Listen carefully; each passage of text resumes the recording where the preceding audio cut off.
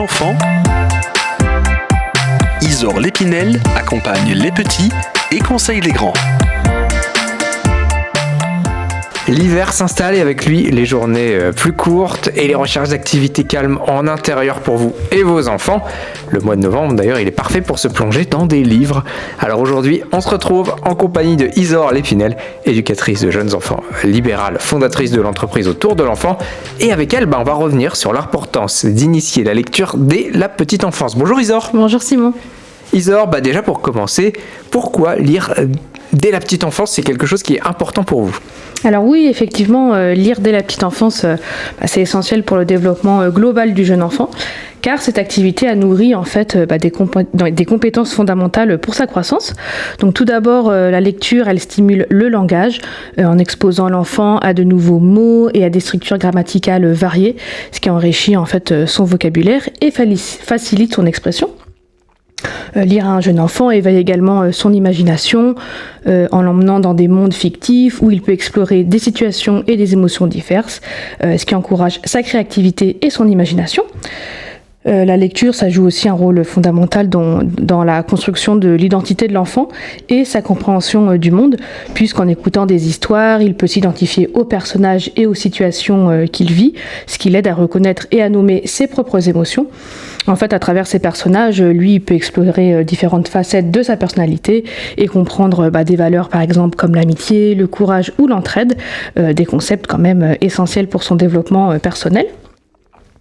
En plus de tout ça, les histoires lui permettent d'aborder des thèmes variés, des plus quotidiens aux plus universels, ce qui élargit aussi son regard sur le monde et lui donne des repères pour interpréter et intégrer ce qui l'entoure.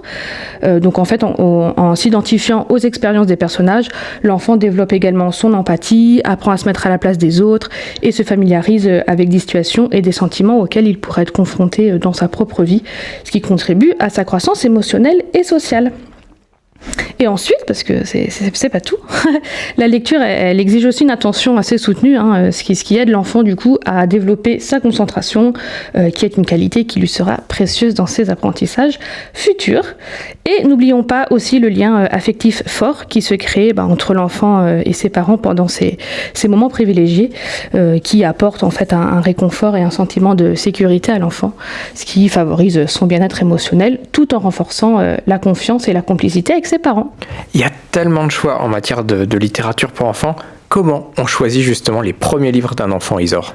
Oui, c'est vrai. Alors pour choisir les premiers livres destinés aux enfants de 0 à 3 ans, alors il est important de privilégier des ouvrages adaptés, évidemment, à chaque étape de leur développement.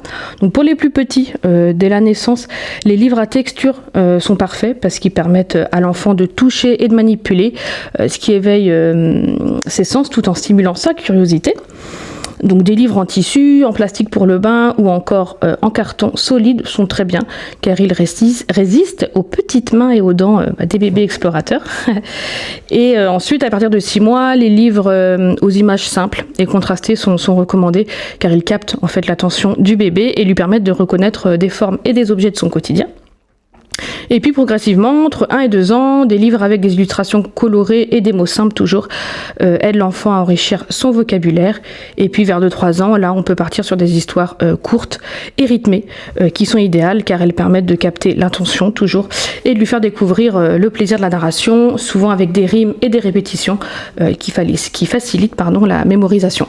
Il y a des livres incontournables, je dirais presque des best-sellers pour les tout petits que vous pourriez nous recommander? Oui, tout à fait. Alors, ça dépend des goûts. Moi, pour les tout petits, j'aime beaucoup. Il y a Regarde comme je t'aime de Emiri Hayashi, qui est un livre aux illustrations contrastées justement pour les tout petits. Après, il y a Où est mon lion de Fiona Watt. C'est un livre à toucher, parfait du coup pour l'éveil sensoriel. Ou encore La couleur des émotions d'Anna Liénas, un classique qui aide les tout petits à identifier et à nommer leurs émotions. Et pour les histoires courtes, il y a la collection Loulou et compagnie qui est très sympa et qui captive souvent les plus jeunes. Bon alors, une fois qu'on a les livres, comment on s'y prend pour mettre en place une routine de lecture en famille, pour intégrer au maximum la lecture dans le quotidien des tout-petits? Oui, alors mettre en place une routine de lecture en famille, c'est une très bonne initiative pour faire découvrir et aimer la lecture aux tout-petits. Alors, pour intégrer la lecture dans votre quotidien familial de façon agréable et durable, vous pouvez d'abord définir un moment de lecture quotidien, donc fixer un horaire précis. Vous pouvez choisir un moment de la journée aussi où tout le monde est disponible et détendu. Alors par exemple, ça peut être juste avant le coucher, après le déjeuner ou le goûter. En fait, ce moment régulier, il aide les enfants à intégrer la lecture comme une activité attendue et réconfortante. Et puis, s'y tenir, parce que la régularité est vraiment la clé. Même un court moment chaque jour peut avoir finalement un grand impact sur leur développement. Ensuite, vous pouvez créer un espace de lecture dédié, comme choisir un coin de la maison qui est confortable, bien éclairé, avec des petits coussins, une petite chaise, où les livres aussi sont facilement accessibles, par exemple en utilisant des étagères basses ou des paniers, pour que les enfants puissent prendre et ranger les livres eux-mêmes, ce qui encourage en même temps leur autonomie. Vous pouvez aussi varier les choix, proposer des différents types de livres, des albums, des livres à toucher, des histoires courtes, des contes, pour stimuler leur curiosité et puis impliquer les enfants dans le choix. Par exemple, les laisser sélectionner les livres qu'ils souhaitent lire. Cela en fait, ça les rend plus investis et ça crée un lien plus fort avec le moment de lecture. Et puis ensuite, il est important de rendre la lecture vivante, varier les voix, jouer avec les intonations et les émotions pour captiver l'attention des petits. Et puis encourager les interactions, ce qui va un petit peu avec, poser des questions, demander ce qu'ils pensent de tel ou tel personnage, de ce qu'il va faire, ou ce qu'ils voient sur les images. En fait, ces interactions, ça renforce leur engagement et stimule toujours plus leur imagination. Alors après, je parlais d'un moment à heure fixe pour instaurer un rituel régulier, mais évidemment, la lecture ne doit pas se limiter au coin lecture. Vous pouvez profiter des moments d'attente, par exemple chez le médecin ou en voiture, pour sortir un livre. Et puis, ne pas oublier de valoriser chaque progrès, féliciter les enfants pour leur écoute, leur attention ou même leur imagination. Les encouragements renforcent leur confiance et leur motivation à poursuivre.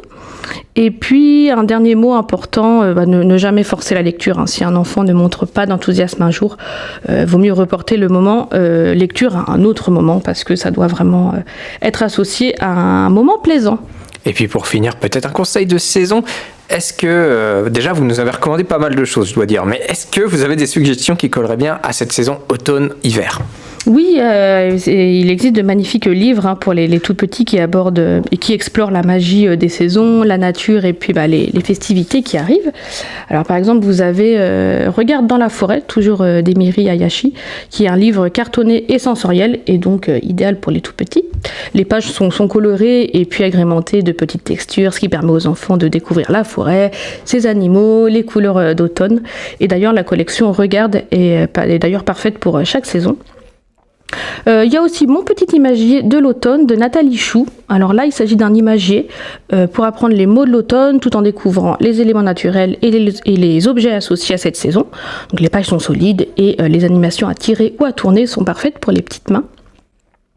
Après, il y en a plein d'autres. Il y en a un autre que j'aime bien conseiller, c'est Noël dans le grand arbre de Sylvie Misselin et de Fabien Octo-Lambert. C'est un livre d'aventure interactive qui permet aux enfants de choisir le chemin des animaux dans un grand sapin de Noël. Merci beaucoup Isor pour toutes ces infos précieuses. On vous retrouve nous au mois de février prochain pour nous donner quelques conseils et astuces sur un sujet assez important, l'alimentation en hiver pour les jeunes enfants ainsi que le sommeil. Merci. Merci à vous.